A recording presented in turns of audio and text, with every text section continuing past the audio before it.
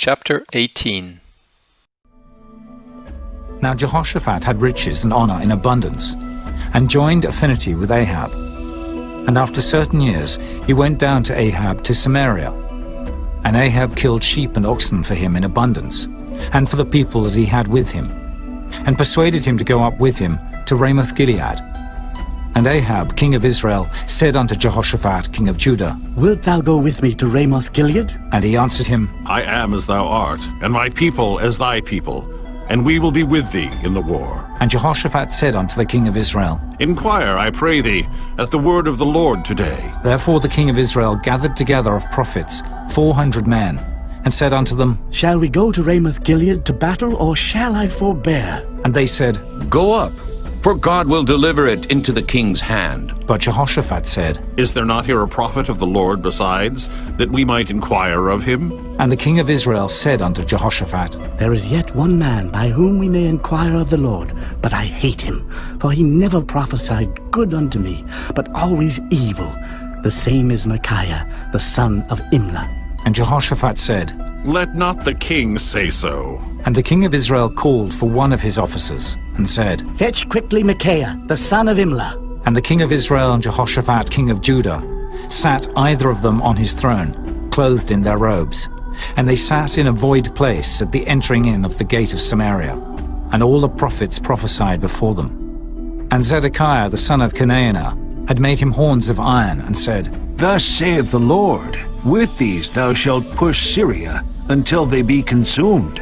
And all the prophets prophesied so, saying, Go up to Ramoth-Gilead and prosper, for the Lord shall deliver it into the hand of the king. And the messenger that went to call Micaiah spake to him, saying, Behold, the words of the prophets declare good to the king with one assent.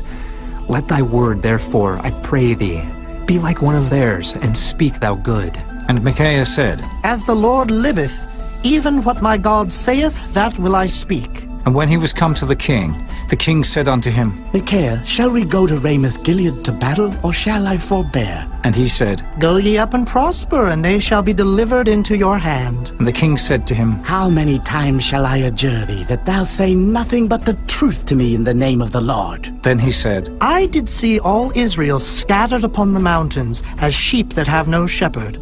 And the Lord said, These have no master. Let them return, therefore, every man to his house in peace. And the king of Israel said to Jehoshaphat, Did I not tell thee that he would not prophesy good unto me, but evil? Again he said, Therefore hear the word of the Lord. I saw the Lord sitting upon his throne, and all the host of heaven standing on his right hand and on his left. And the Lord said, Who shall entice Ahab, king of Israel, that he may go up and fall at Ramoth-Gilead? And one spake, saying after this manner, and another saying after that manner. Then there came out a spirit, and stood before the Lord, and said, I will entice him. And the Lord said unto him, Wherewith? And he said, I will go out, and be a lying spirit in the mouth of all his prophets. And the Lord said, Thou shalt entice him, and thou shalt also prevail. Go out, and do even so. Now therefore, behold, the Lord hath put a lying spirit in the mouth of these thy prophets, and the Lord hath spoken evil against thee.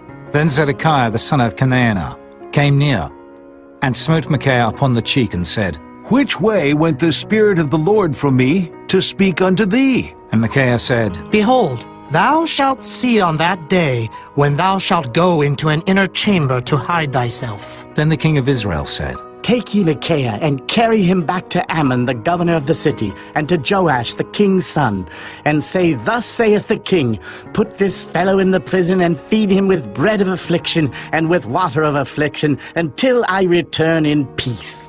And Micaiah said, If thou certainly return in peace, then hath not the Lord spoken by me. And he said, Hearken, all ye people. So the king of Israel and Jehoshaphat the king of Judah went up to Ramoth-Gilead. And the king of Israel said unto Jehoshaphat, I will disguise myself, and will go to the battle, but put thou on thy robes.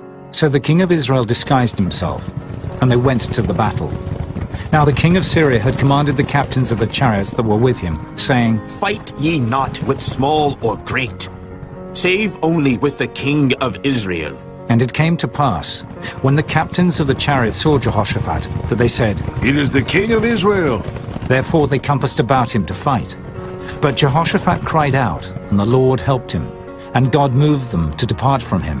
For it came to pass, that when the captains of the chariots perceived that it was not the king of Israel, they turned back again from pursuing him. And a certain man drew a bow at a venture, and smote the king of Israel between the joints of the harness.